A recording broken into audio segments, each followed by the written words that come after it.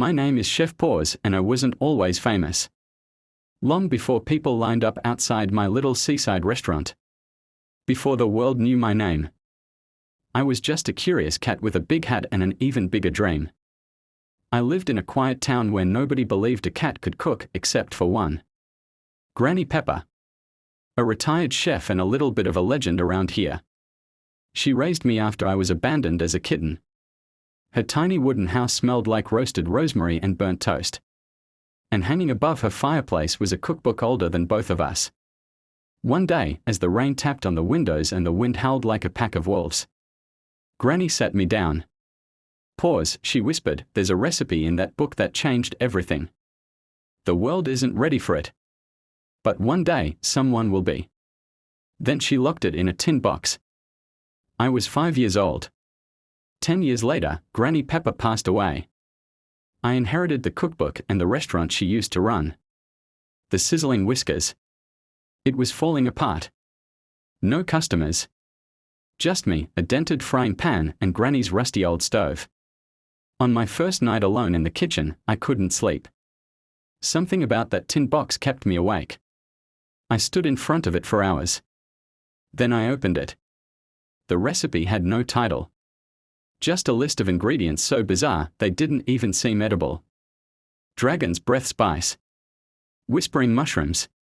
Starry night butter. A pinch of a what if. It ended with a warning.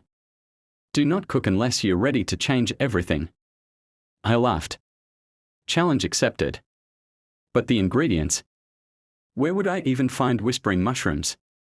I searched every local market, asked every old farmer, even Googled it, nothing. Until an owl in a trench coat, yes, really waddled into my restaurant the next morning. Heard you're looking for rare flavors, he said.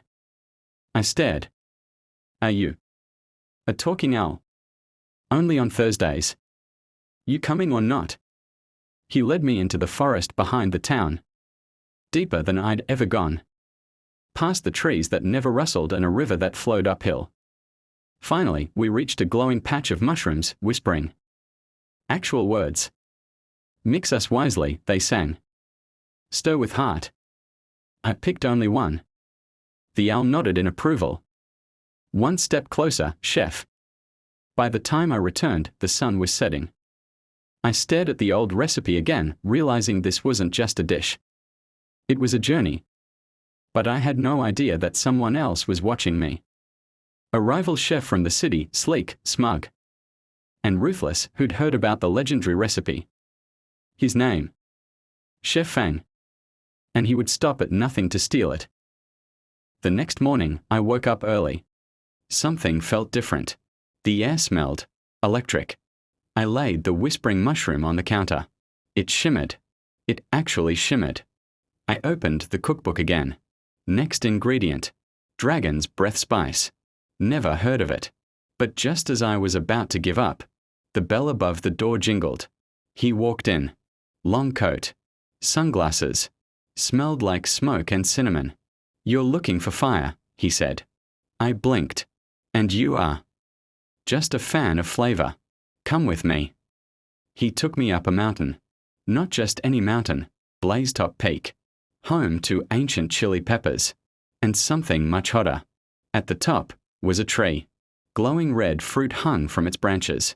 They pulsed with heat. Only one can be picked. Choose wisely. I reached out. My paw trembled. I picked the smallest one. It didn't burn. It hummed. Like it was alive. Back at the restaurant, I placed it beside the mushroom. 2 ingredients down. 2 more to go. I looked out the window. Fog rolled in. And in the distance, a dark shape watched me from across the street. Chef Fang. He knew. He was here. I locked the recipe in the safe, closed the blinds, and called my best friend. Spatula. He's a raccoon. He used to break into vending machines. Now, he's my sous chef. Fang's in town, I told him.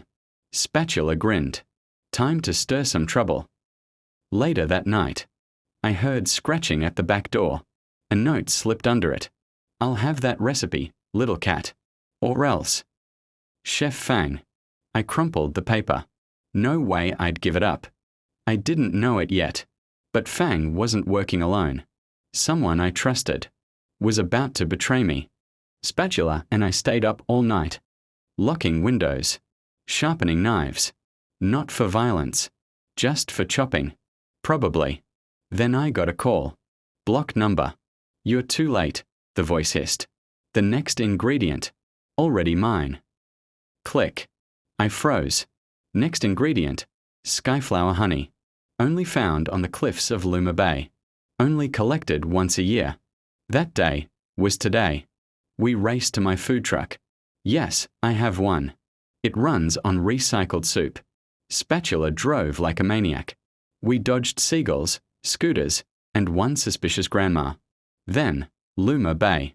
The cliffs glowed pink in the rising sun. And up top, a single beehive shimmered like gold. But someone was already there. Chef Fang. And another figure.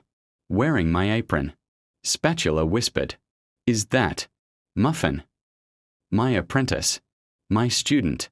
My friend. She turned and saw me. And smiled. Not a hello smile.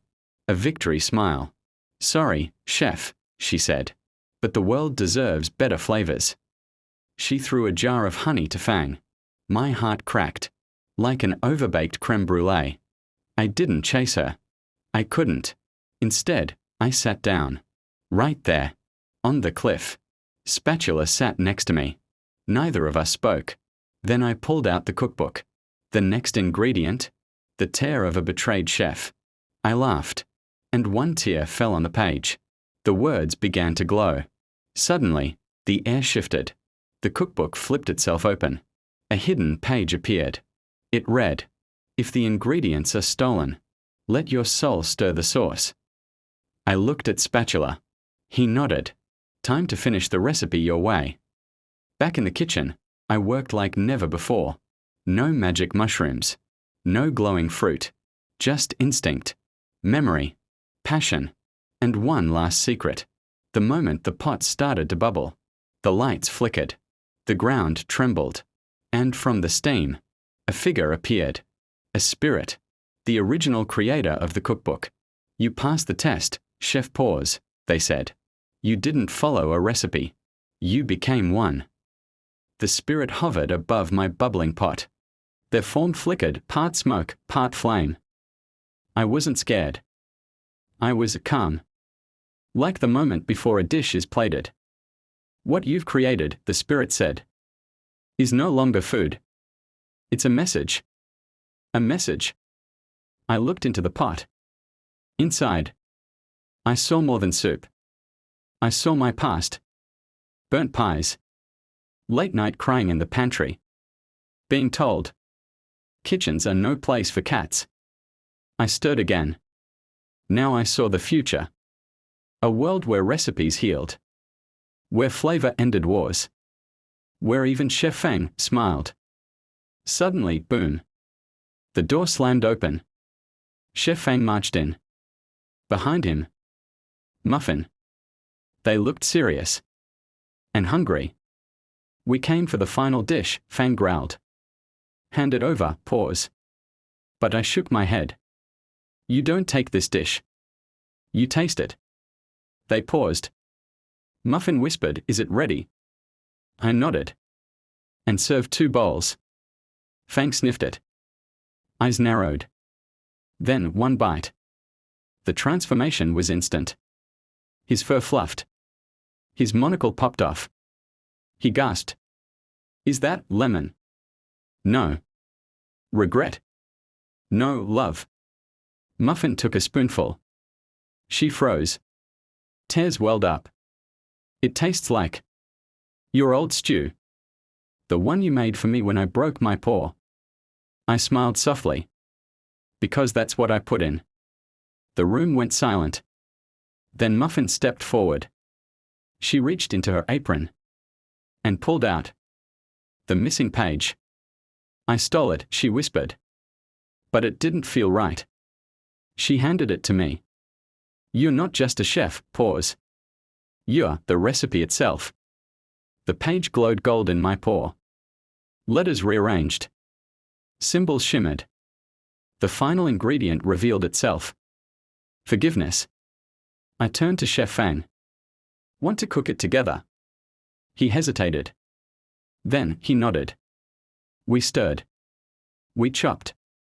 We laughed. And in that kitchen, 3 chefs, cat, wolf, and raccoon, created something no cookbook could ever teach.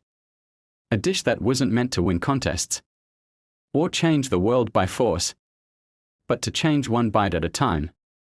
As we plated the dish, the spirit reappeared. Your work is done, Chef Paws. But your journey is just beginning. Final scene. A long table. Crowds gather. Everyone takes a bite. And smiles. No fireworks. No magic. Just food that felt like home.